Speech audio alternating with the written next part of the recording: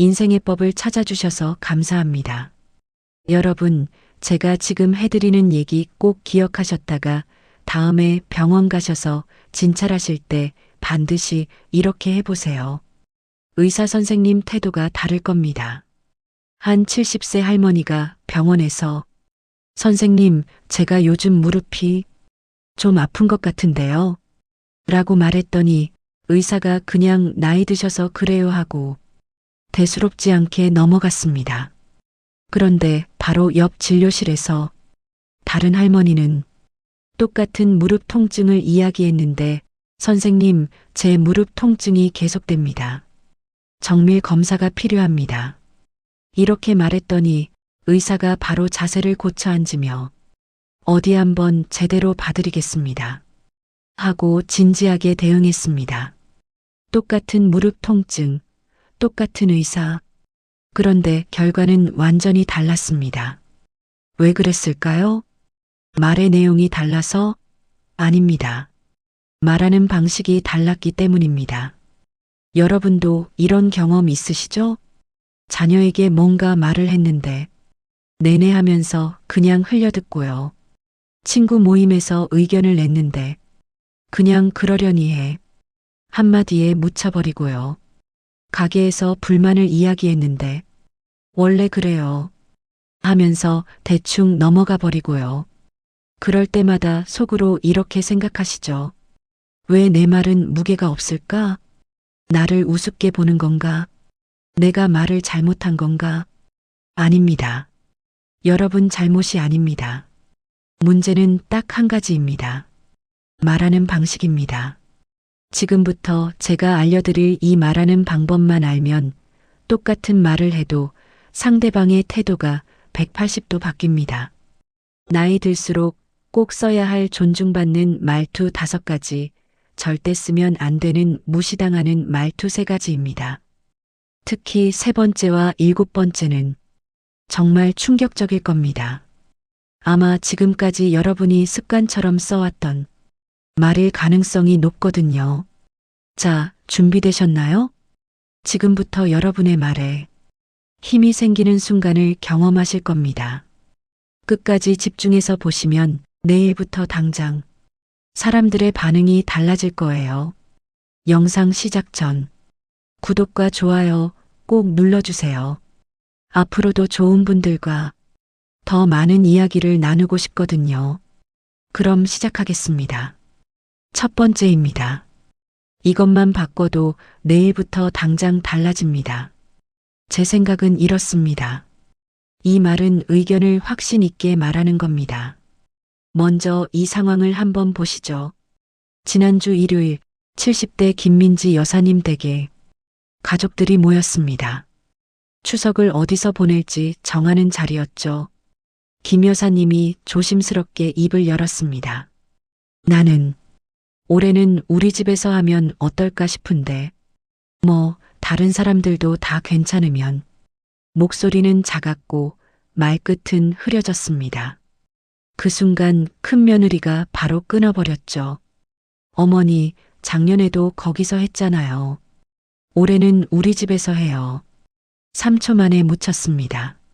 자, 여기서 질문 하나 드릴게요.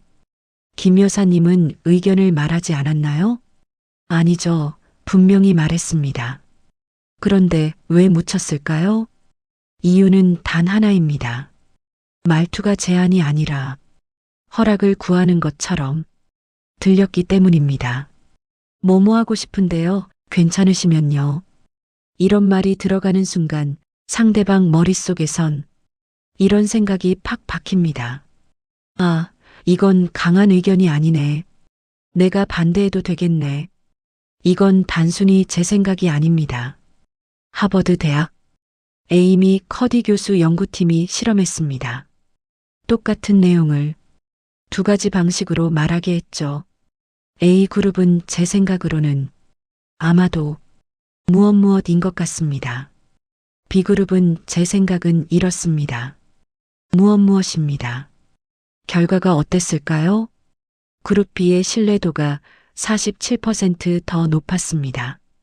실제로 그 의견을 따를 확률도 훨씬 높았고요. 연구진의 결론은 명확했습니다. 사람들은 내용이 아니라 확신을 읽는다. 이게 핵심입니다. 여러분이 무시당하는 건 의견이 나빠서가 아닙니다. 말하는 방식이 확신 없어 보여서입니다. 인 것 같은데요 라는 말은 자기 자신조차 확신이 없다는 신호를 보내는 겁니다. 그러니 듣는 사람도 자동으로 이렇게 판단합니다. 저 사람도 확신이 없네. 그럼 나도 안 믿어도 되겠네. 그런데 말투만 바꾸면 어떻게 될까요?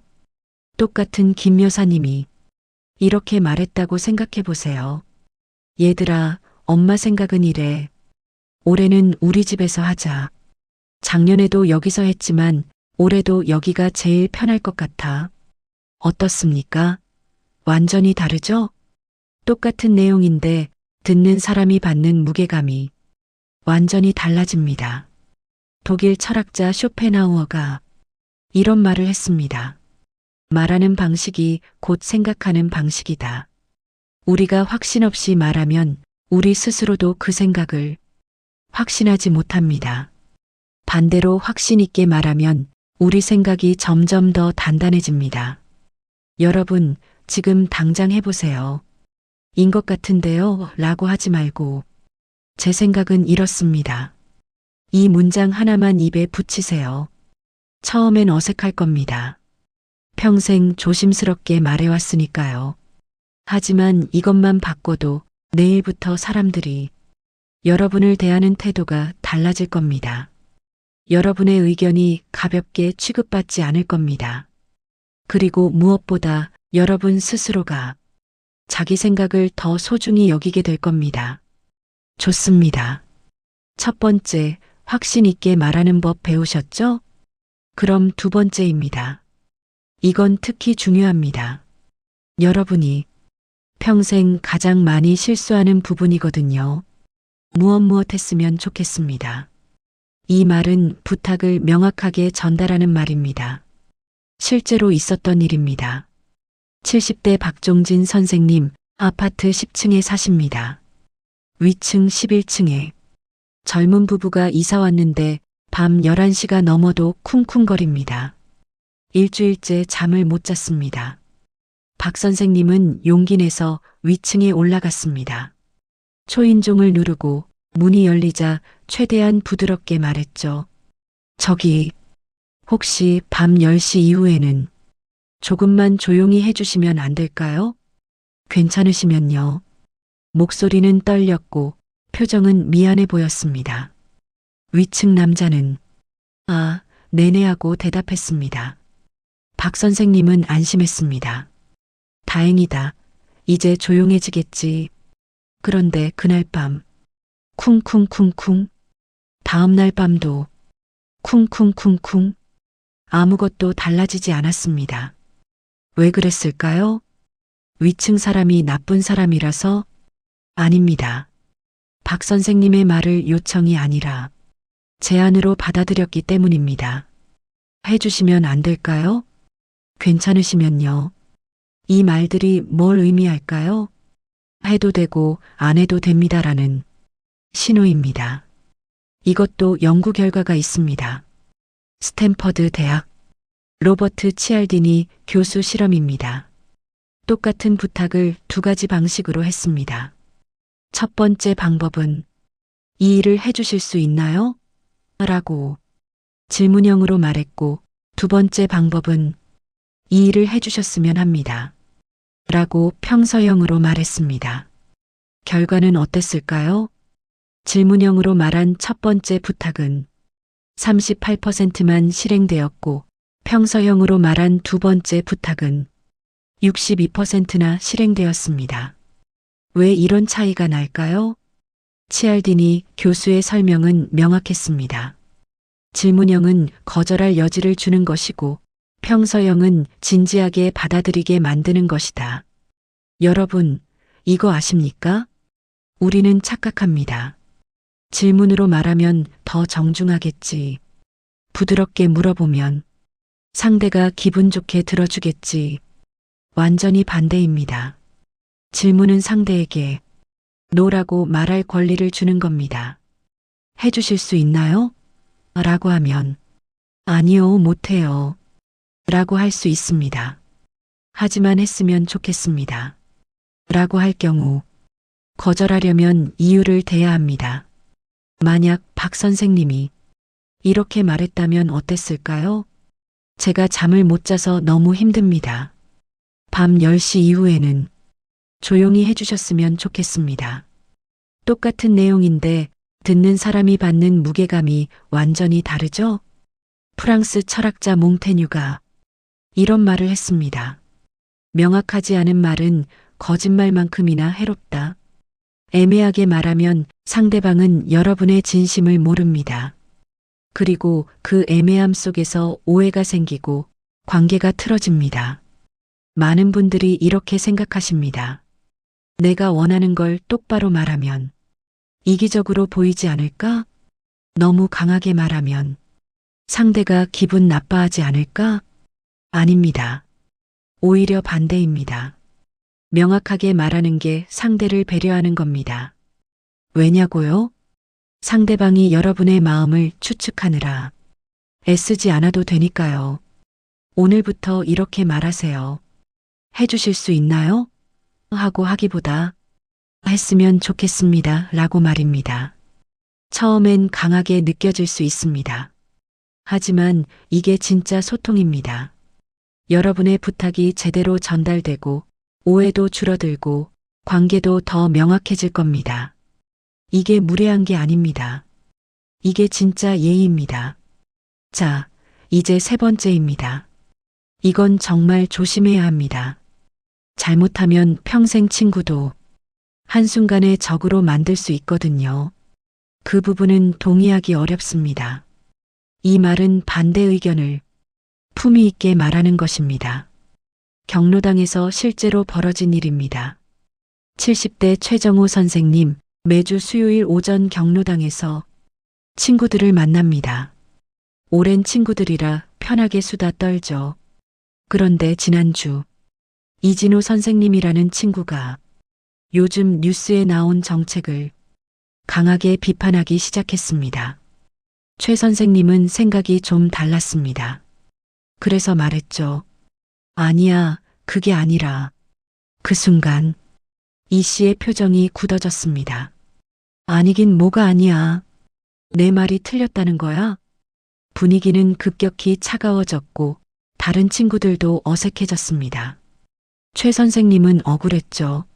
나는 그냥 다른 의견을 말한 건데 왜 싸움이 되는 거지? 여러분, 뭐가 문제였을까요? 최 선생님이 잘못했나요? 아닙니다. 문제는 딱 세 글자입니다. 아니야. 이 말이 상대방 귀에는 이렇게 들립니다. 너 말 전체가 다 틀렸어.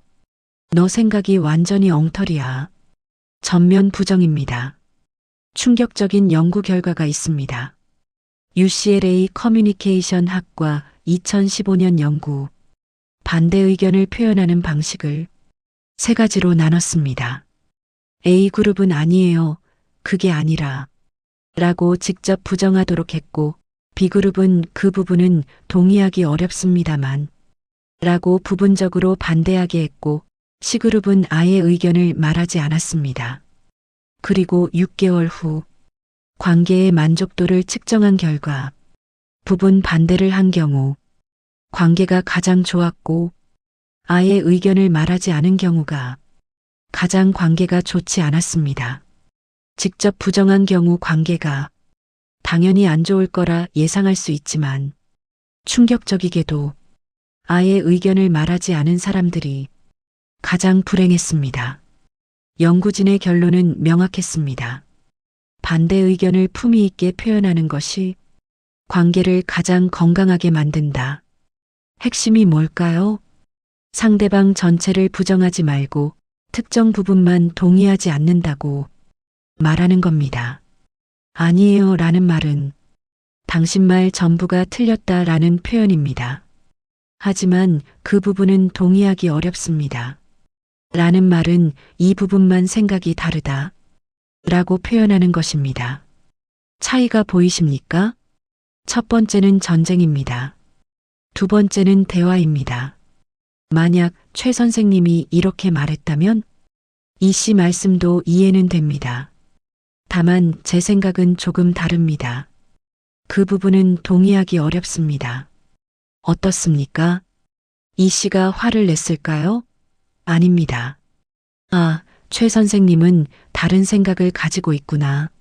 정도로 받아들였을 겁니다. 고대 그리스 철학자 플라톤이 이런 말을 했습니다. 의견이 다른 것은 문제가 아니다.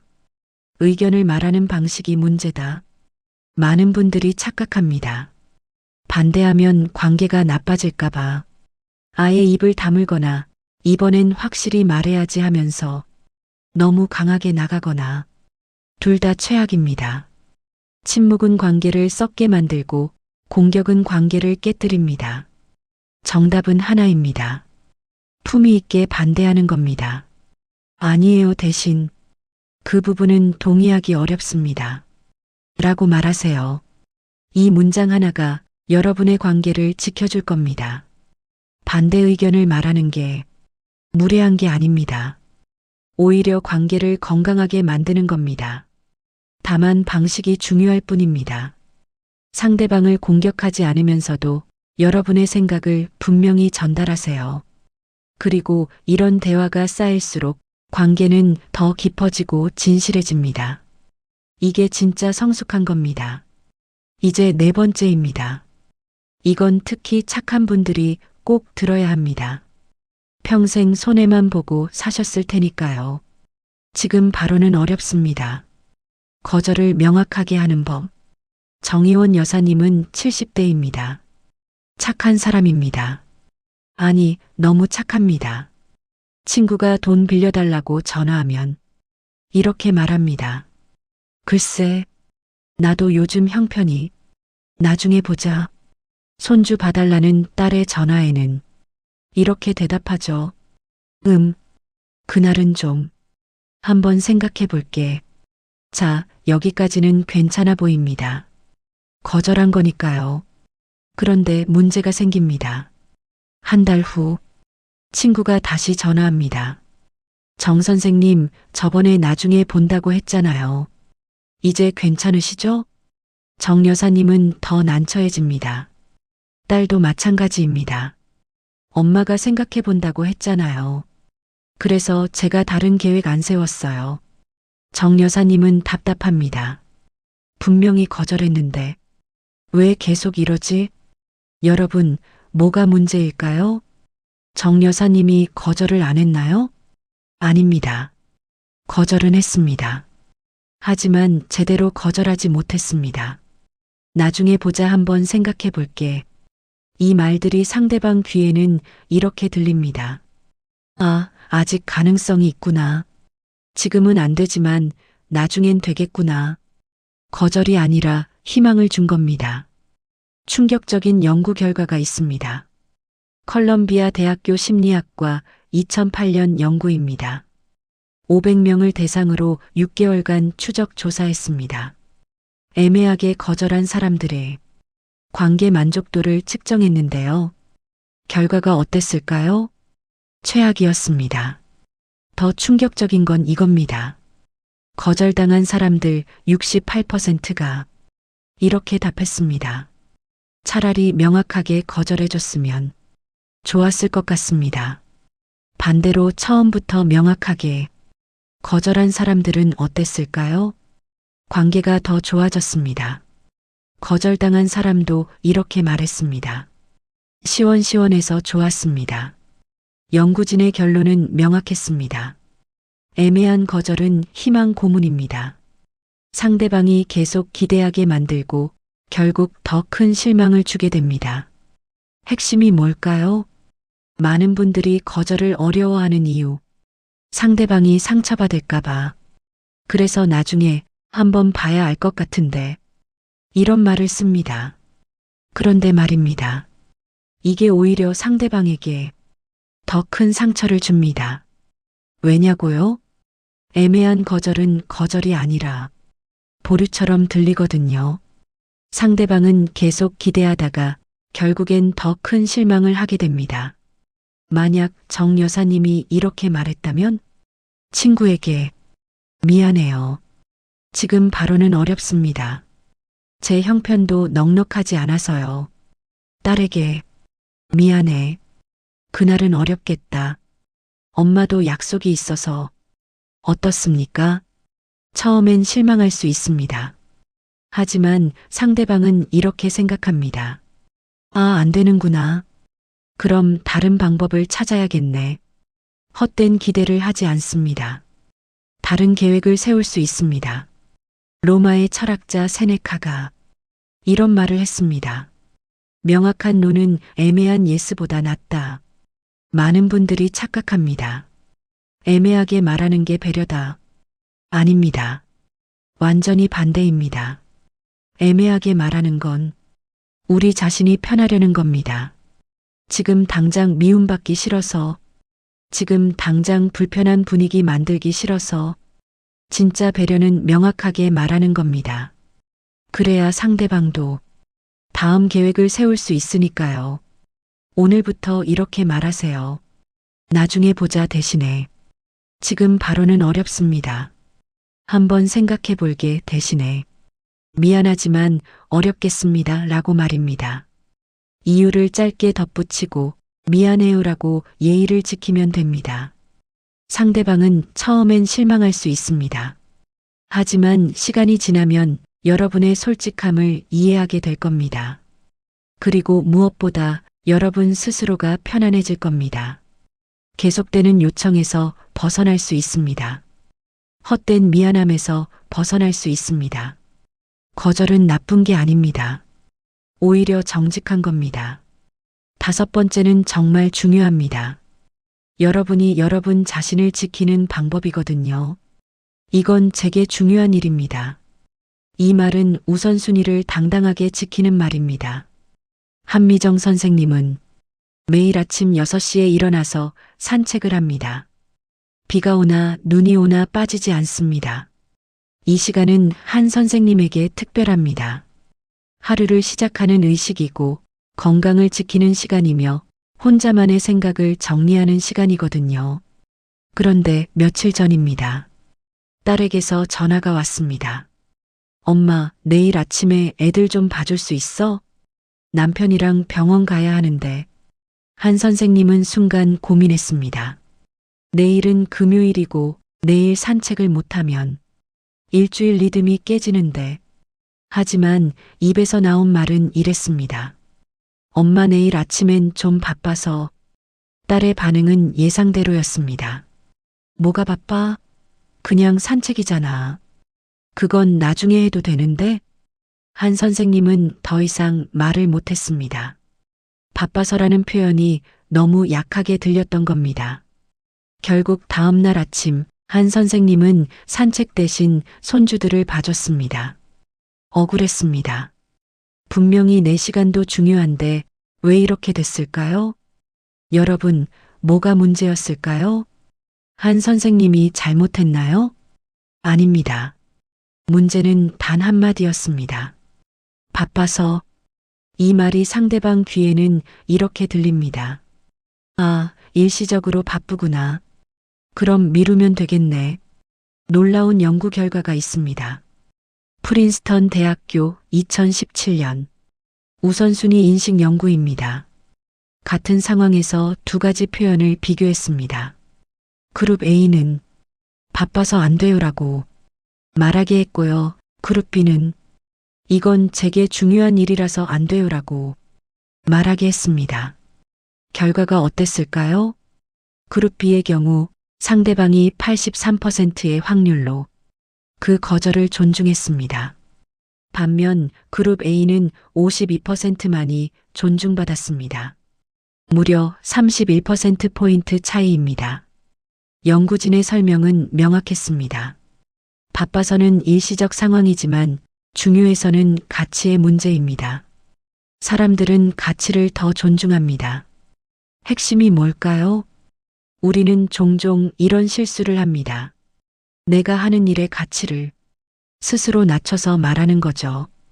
운동이 중요한데 바빠서라고 말하고 독서가 소중한데 시간이 없어서라고 말합니다. 그러면 상대방은 이렇게 생각하게 됩니다. 아, 그 정도면 미룰 수 있는 일이구나. 그런데 만약 한 선생님이 이렇게 말했다면 어땠을까요? 미안해. 내일 아침은 어렵겠다. 엄마한테 아침 산책은 정말 중요한 시간이거든. 이건 제게 중요한 일이야. 딸의 반응이 달랐을 겁니다. 아, 엄마한테는 그 시간이 소중하구나. 그럼 다른 방법을 찾아야겠네. 똑같이 거절하는 건데 받는 느낌이 완전히 다릅니다. 왜냐하면 바빠서는 변명처럼 들리지만 중요해서는 가치 선언처럼 들리거든요. 그리고 누구나 알고 있습니다. 사람들은 각자 자기만의 중요한 일이 있다는 걸요. 그래서 그 가치를 존중하게 되는 겁니다. 그리스의 철학자 에픽테토스가 이런 말을 했습니다. 다른 사람이 당신의 우선순위를 정하게 두지 마라. 그건 당신의 삶이 아니라 그들의 삶을 사는 것이다. 많은 분들이 착각합니다. 내 일을 중요하다고 말하면 이기적으로 보이지 않을까? 아닙니다. 완전히 반대입니다. 이건 이기적인 게 아니라 자기 삶을 존중하는 겁니다. 여러분의 시간, 여러분의 건강, 여러분의 취미는 중요합니다. 그걸 당당하게 말할 권리가 있습니다. 우리가 우리의 가치를 지키지 않으면 어떻게 될까요? 다른 사람들이 우리 시간을 채워버립니다. 그러면 우리는 우리 삶을 살지 못하게 됩니다. 오늘부터 이렇게 말하세요. 바빠서요 대신에 이건 제게 중요한 일입니다라고요. 운동이든 독서든 봉사든 취미든 여러분에게 소중한 일을 당당하게 지키세요. 처음엔 주변 사람들이 이해하지 못할 수도 있습니다. 산책이 뭐가 중요해? 책 읽기가 뭐가 중요해? 이렇게 말할 수도 있습니다. 하지만 시간이 지나면 그들도 여러분의 우선순위를 존중하게 될 겁니다. 그리고 무엇보다 중요한 건 여러분 스스로도 자기 삶을 더 소중히 여기게 될 겁니다. 여러분의 시간은 여러분의 것입니다. 당당하게 지키세요. 자, 여기까지가 5가지 꼭 써야 할 존중받는 말투였죠. 이제부터는 정반대입니다. 절대로 쓰면 안 되는 말투 3가지를 알려드릴 겁니다. 첫 번째, 이건 정말 심각합니다. 여러분 스스로를 망가뜨리는 말이거든요. 나이 먹으니까. 이 말은 스스로를 낮추는 말입니다. 어느 날 지하철에서 있었던 일입니다. 젊은 직장인이 스마트폰으로 뭔가를 열심히 하고 있었습니다. 옆에 앉은 60대 여성분이 슬쩍 보니까 영어 공부 앱이더라고요. 그분이 조심스럽게 물었습니다. 저거 어떻게 하는 건가요? 저도 영어 공부 좀 하고 싶은데 젊은이가 친절하게 설명해 주려고 했습니다. 그런데 그 여성분이 먼저 말했습니다. 아이고, 나이 먹으니까 머리가 안 돌아가네요. 이런 거 배워서 뭐해요? 젊은이는 당황했습니다. 자기가 뭐 잘못 말한 것도 아닌데 그분이 스스로 포기하는 모습을 보니 안타까웠거든요. 하지만 더 안타까운 건 이겁니다. 이 장면이 전혀 특별하지 않다는 겁니다. 우리 주변에서 너무나 흔하게 듣는 말이니까요. 나이 먹으니까, 늙으니까, 이 나이에 뭘. 여러분, 이 말이 얼마나 무서운 말인지 아십니까? 예일 대학교 백하 레비 교수가 무려 23년간 660명을 추적 조사했습니다. 연구 주제는 이거였습니다. 나이에 대한 자기인식이 실제 노화에 미치는 영향. 결과가 어땠을까요? 충격적이었습니다. 스스로를 나이 들었다, 늙었다라고 자주 말하는 사람들은 그렇지 않은 사람들보다 기억력 테스트에서 평균 27% 낮은 점수를 받았습니다. 더 놀라운 건 이겁니다. 실제로 치매 발병률도 높았습니다. 레비 교수의 설명은 명확했습니다.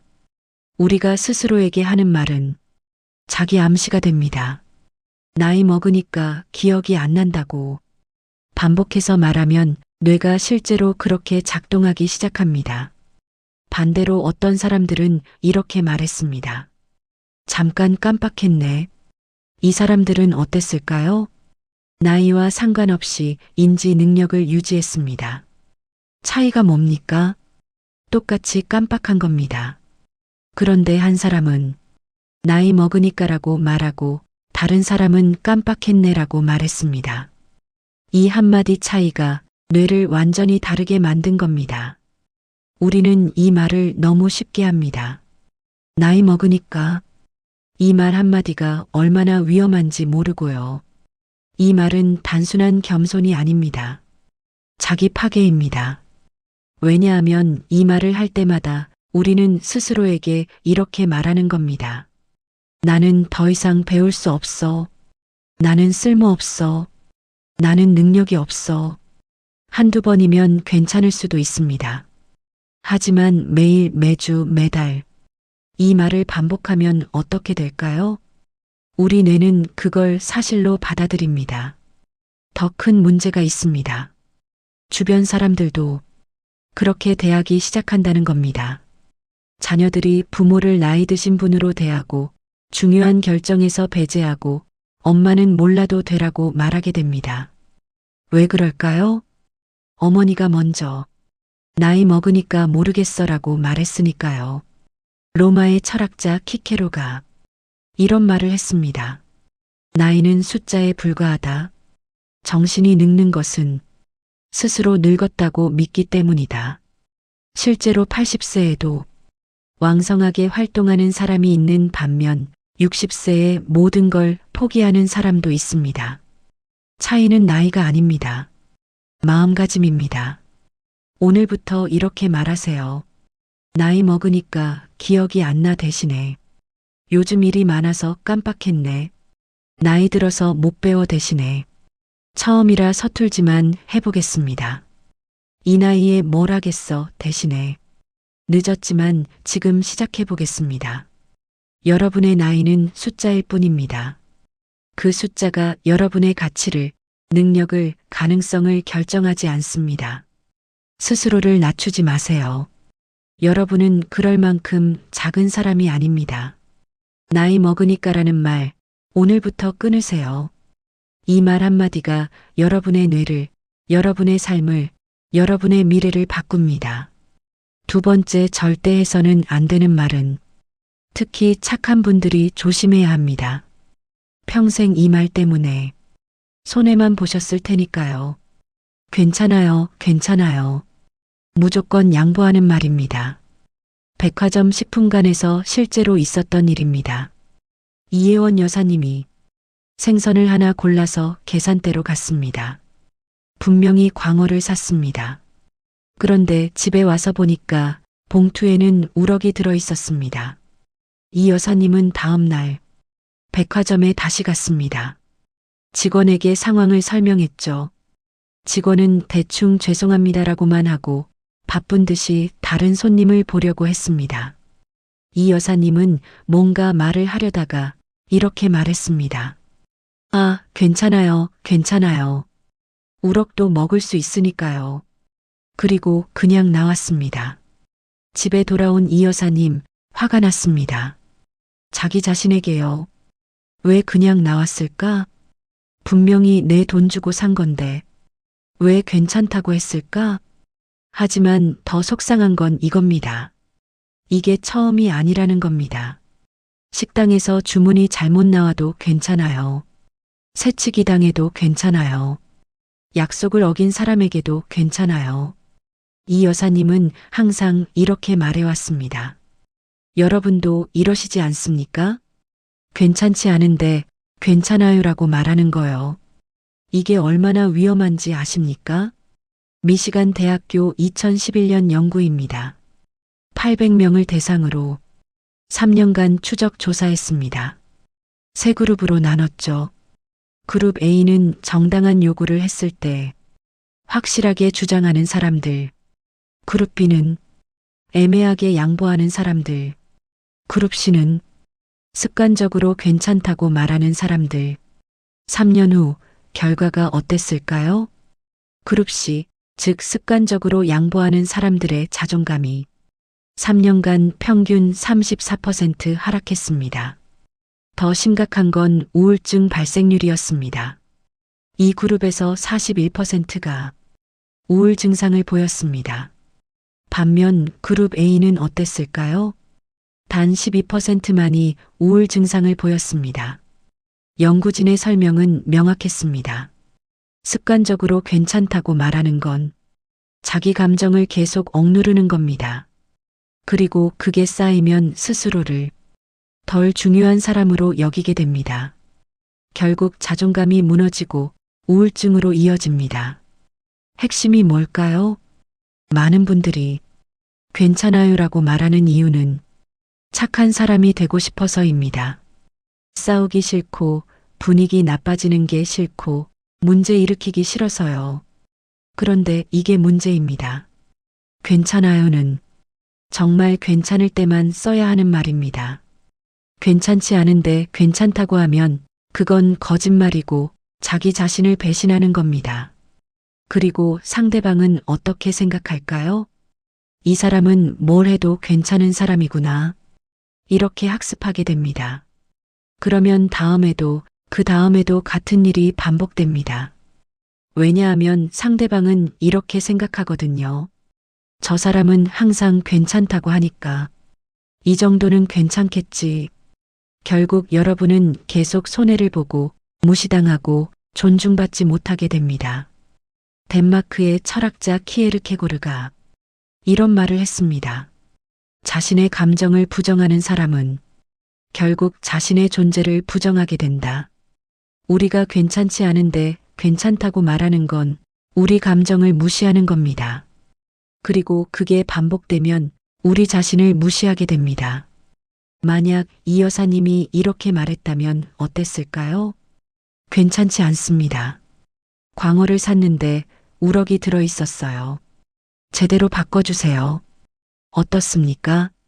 당당하죠? 이게 이기적인 겁니까? 아닙니다. 정당한 권리를 찾는 겁니다. 오늘부터 이렇게 말하세요. 괜찮지 않으면 괜찮지 않습니다. 불편하면 불편합니다. 화나면 기분이 안 좋습니다. 손해봤으면 보상이 필요합니다. 이건 이기적인 게 아닙니다. 정직한 겁니다. 자기 감정에 정직한 사람이 다른 사람도 존중할 수 있습니다. 그리고 무엇보다 여러분 스스로를 존중하는 길입니다. 괜찮아요라는 말 습관적으로 쓰지 마세요. 정말 괜찮을 때만 쓰세요. 괜찮지 않을 땐 괜찮지 않다고 말하세요. 이게 여러분의 자존감을 지키는 길입니다. 마지막으로 절대 해서는 안 되는 말인데 이건 정말 안타깝습니다. 평생 쌓아온 여러분의 가치를 스스로 무너뜨리는 말이거든요. 제가 뭘 알겠어요. 이 말은 스스로 무능함을 선언하는 말입니다. 동네 경로당에서 요즘 스마트폰 사용법을 가르쳐 주고 있습니다. 젊은 봉사자가 와서 일주일에 한 번씩 카카오톡 쓰는 법, 사진 찍는 법, 인터넷 검색하는 법을 알려주죠. 김범석 선생님도 참석했습니다. 그런데 수업 시작 전에 이런 말을 했습니다. 제가 뭘 알겠어요. 배운 것도 없는데 요즘 세상 일은 젊은 사람들이 더 잘 알죠. 봉사자는 천천히 배우시면 됩니다라고 격려했습니다. 하지만 김 선생님은 수업 내내 소극적이었습니다. 질문도 안 하고 모르는 것도 그냥 넘어가고 제가 이해력이 떨어져서라는 말만 반복했죠. 그런데 여러분, 놀라운 사실이 있습니다. 김 선생님이 평생 회계 일을 하셨다는 겁니다. 복잡한 장부 정리하고 세금 계산하고 직원들 월급 관리하던 분이에요.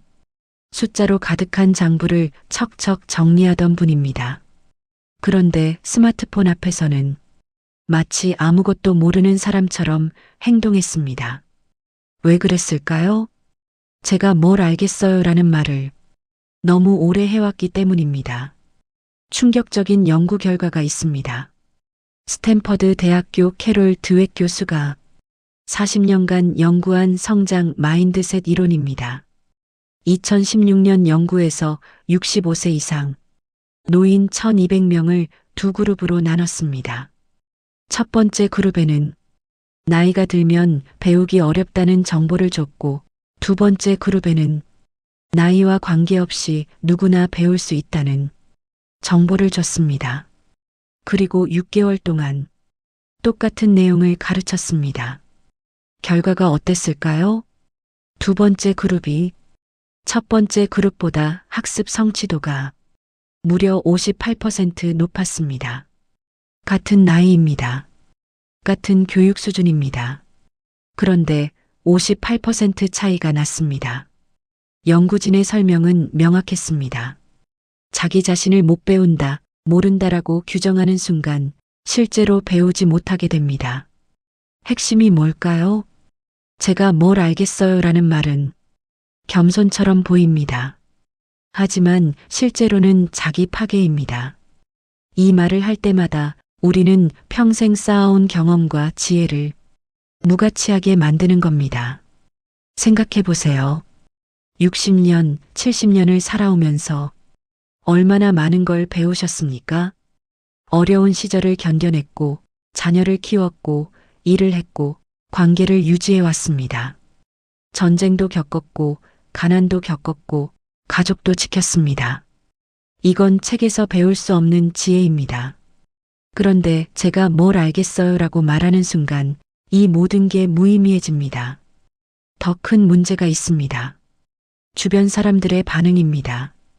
자녀들이 엄마는 이런 거 몰라도 돼 라고 말하고 중요한 결정에서 배제하고 의견을 묻지 않게 됩니다. 왜 그럴까요? 어머니가 먼저 제가 뭘 알겠어요 라고 말했으니까요.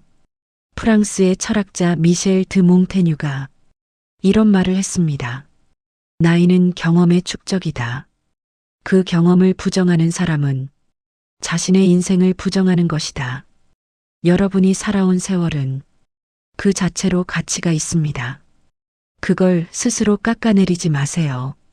만약 김 선생님이 이렇게 말했다면 어땠을까요?